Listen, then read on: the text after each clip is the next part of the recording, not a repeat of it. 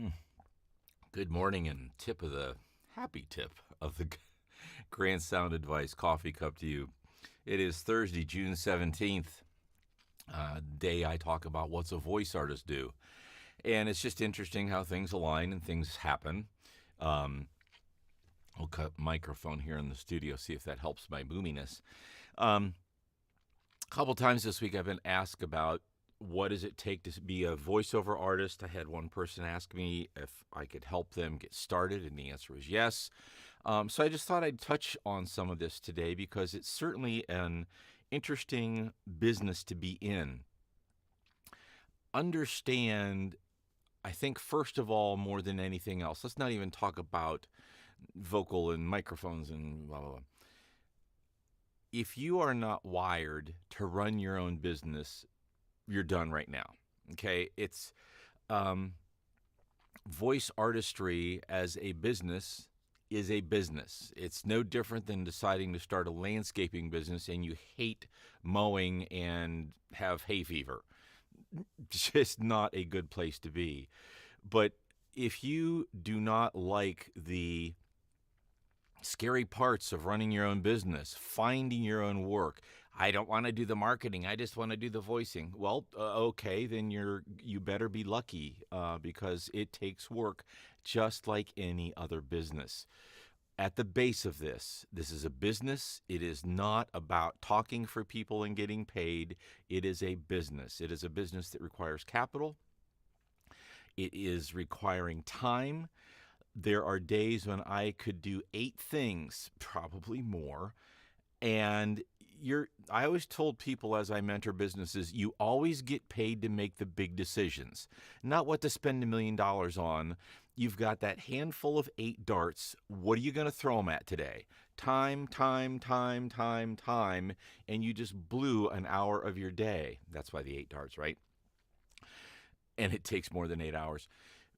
But what did you throw it at? Was that a waste of time? Were you learning? Did you what?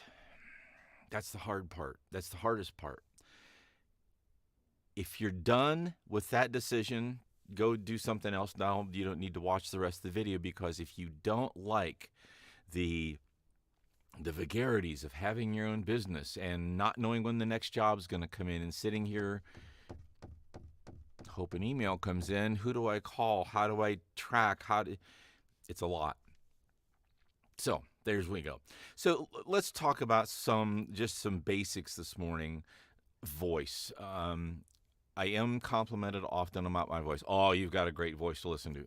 Thank you, and that's wonderful. But you don't need this voice to start in voiceover work. I'm in several groups, and one of them meets twice a week, and we talk about the business and everything else. It's a support group because everybody in the group talks to themselves in padded rooms. Anyhow, the point here is that having a certain voice to be in voiceover work is a it's not a thing. Certainly, this is a voice that you would like to hear, but there's nothing wrong with your voice. If you listen to commercials, if you listen to any voiceover demonstrations, the voices run the gamut of the world because someone wants your voice. I've got a friend in Tennessee, and he's got a Tennessee drawl. Well, there's a place for that. He actually does work because people want that down home Southern charm, and it's real. He doesn't have to affect it like I do. So, as far as your voice, unless you've got some really annoying stuff going on with mouth clicks and you can't speak very well, you fumble over your words, yeah, then there's an issue. But otherwise, you're good with the voice you've got, more than likely. You will get work because of that. A side question to that is how much do you read? If you don't like to read, you are probably not well practiced on reading. So the chance of you doing well at the start is harder because I had a conversation with somebody at a networking event Wednesday night, Tuesday, I don't know. Yeah, Wednesday night. And they asked me, how many times I have to read stuff to get it right. Well, that answer is it depends, but my goal is to read it once. Every time I read a script, I'm spending time not recording another script, if that makes any sense. So we're back to the business component. What do I spend my time on? What would you pay me if I was an employee to do for you? Well, not practice reading scripts. Here, go read this script 20 times and then come back when you can read it perfectly. I've got to be able to open a script, start reading it, and do it well. Now, does that always happen? No. Sometimes I get into a sentence or I think, you know what, I'm going to get a little bit of an overview of this, and I glance down through the script. Okay, this is for a medical facility, and they're trying to tell people what their hours are or whatever. Okay, now I've got a feel for it, and I can go into script stuff way later. But the point is, if you don't read at all, I mean, other than just at work or whatever, if you don't read books, if you don't read magazines, if you don't read articles online, you're going to suffer because you are not used to reading. And if you don't read aloud, there's another level. So there's another thing for you to think about. And I should go into all these at another time. Attitude. What attitude do you have when you read? Yeah, there's a lot there. So in your location. Now, location in the world is less and less important because you don't have to be within 20 minutes or an hour of a studio so you can rush in and record a script. And that's not cheap. So, if you're getting paid X to do a script and half of it's going to the studio, that's not much money. So, thus, all this paraphernalia and things to record with.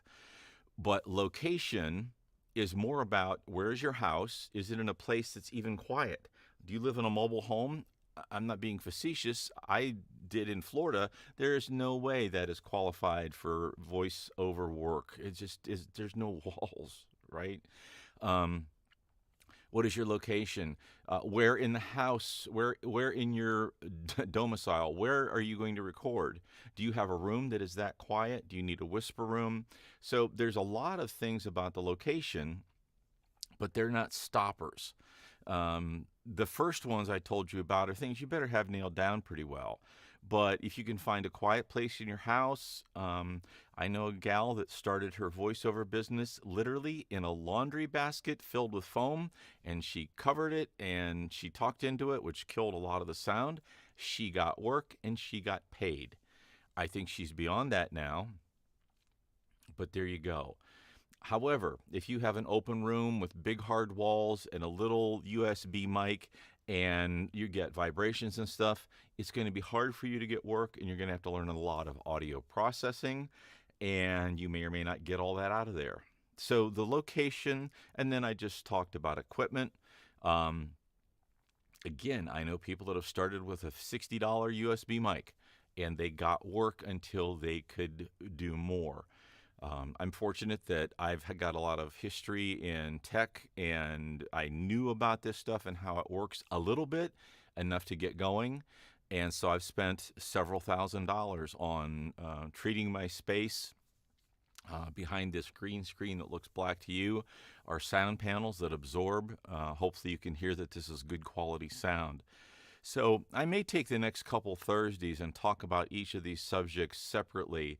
But instead of about what a voice artist does, today's about how to get started in it. And if you'd like to talk about it, if you'd like some consulting, if you'd like some coaching, hit me at Grant's Voice. Email's right there, voicepro@grantsvoice.com. Would love to see how I can help you. And if I can't help you, I've got the resources of a whole bunch of people that I could hand you off to, depending on what level and how you want to start and what you want to know. So that is today's voiceover, Grant's Voice sound advice. Boy, I can't even remember my own marketing. Remember to please like and subscribe if you would. And if you'd like to get started in voiceover, let's have a chat, get you going. Have a great rest of your Thursday. Enjoy. It's a gorgeous morning out here in Southwest Virginia.